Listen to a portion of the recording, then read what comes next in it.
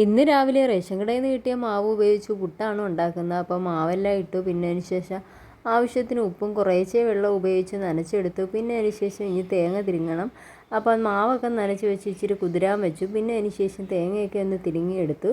അപ്പോൾ 2.5 കുറ്റിക്കൊക്കെ ഏകദേശം മാവുണ്ടായിരുന്നു. എല്ലാം വാരി വെച്ച് നമ്മുടെ ഇൻഡക്ഷൻ അടുപ്പിലാണ് പുട്ടുണ്ടാക്കുന്നത്. പിന്നെ അതിന് ശേഷം പെട്ടെന്ന് നല്ല ചൂടാവുന്നുണ്ട്.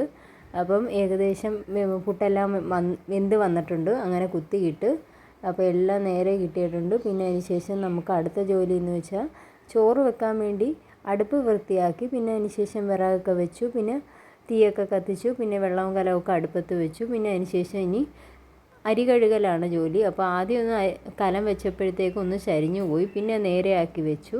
പിന്നെ അതിന് ശേഷം അരിയൊക്കെ ഒന്ന് കഴുകിയെടുത്ത്. അപ്പം വെള്ളം ചൂടാകുമ്പോഴത്തേക്ക് അരിയൊക്കെ കഴുകും. പിന്നെ നമ്മുടെ ചോറ് വെക്കുന്നതിനകത്ത് 3-4 മുട്ട ഇടുന്നുണ്ടായിരുന്നു പുഴുങ്ങാൻ വേണ്ടി.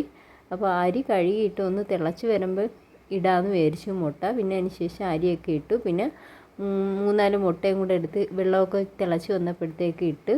പിന്നെ ഒരു 10 മിനിറ്റൊക്കെ കഴിഞ്ഞപ്പോഴത്തേക്ക് മുട്ടയൊക്കെ നന്നായി വെന്ത് വന്നിട്ടുണ്ട്. അങ്ങനെ അത്